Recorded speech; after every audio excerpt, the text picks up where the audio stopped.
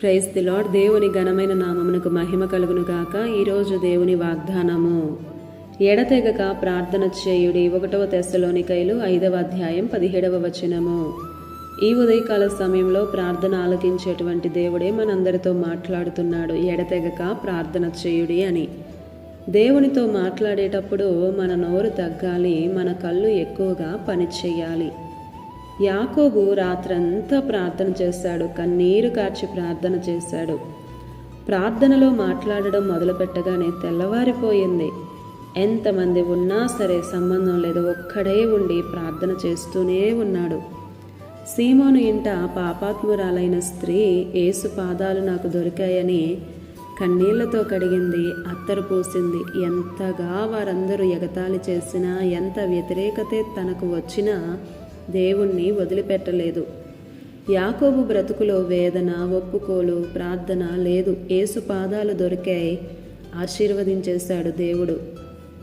జీవితాలను నాశనం చేసి కుటుంబాలను అల్లకల్లోలం చేస్తూ ఊరంతా నాశనం చేసిన పాపిష్టి స్త్రీ యేసు పాదాలు పట్టుకుంది, కన్నీరు కార్చింది, దీవించేశాడు. నీ పాపిష్టి బ్రతుకుకై పశ్చాత్తాపపడగలిగితే అన్నీ కొట్టుకుపోతాయి. ఒక్క మాట మాట్లాడలేదు, కానీ మార్కులు కొట్టేసింది. సరైన కన్నీటి ఆత్మను పొందుకో, రోదన విద్య నేర్చుకో. లోకంలో సకల విద్యలు ఉన్నా, అందుకే బైబిల్ అంటుంది అంగలార్పు విద్య నేర్చుకోండి అని. కొంపలు కూల్చిన పాపిష్టి స్త్రీయే కన్నీరు కారిస్తే కనికరించేసాడే, నీవు కన్నీరు కారిస్తే దాటి వెళ్ళిపోతాడా? ఆయన మనస్సు, హృదయం నీకు అర్థమైతే సరైన ప్రార్థనా జీవితం మన నోరు కాదు, కన్నీరే మాట్లాడుతుంది. రాత్రంతా ప్రార్థన చేసి చూడు, కన్నీరు కార్చి ప్రార్థించు. అలాగని దొంగ ఏడుపు ఏడిస్తే నీ బ్రతుకును నువ్వే అల్లకల్లోలం చేసుకున్నట్లయిపోద్ది. హృదయ రహస్యాలు ఎరిగినటువంటి దేవుడు పశ్చాత్తాపంతో నా వల్ల కాదు, నీవే దిక్కని ఏడిస్తే, ఓడిపోయానని ఏడిస్తే కనికరము గల దేవుడు నిన్ను కనికరిస్తాడు.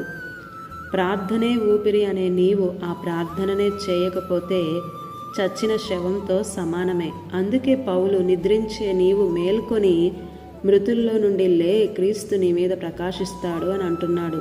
నీ జీవితంలో దేవుని వెలుగు చూడాలన్నా, నీవు ఆత్మీయంగా స్థిరపడాలన్నా ప్రార్థనే ప్రాముఖ్యము.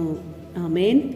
ఈ దిన వాగ్దానం మనందరి జీవితాలలో నెరవేరాలని కోరుతూ దేవుని సువార్త పరిచర్యలో మీ సహోదరి Prasanna. God bless you. Amen.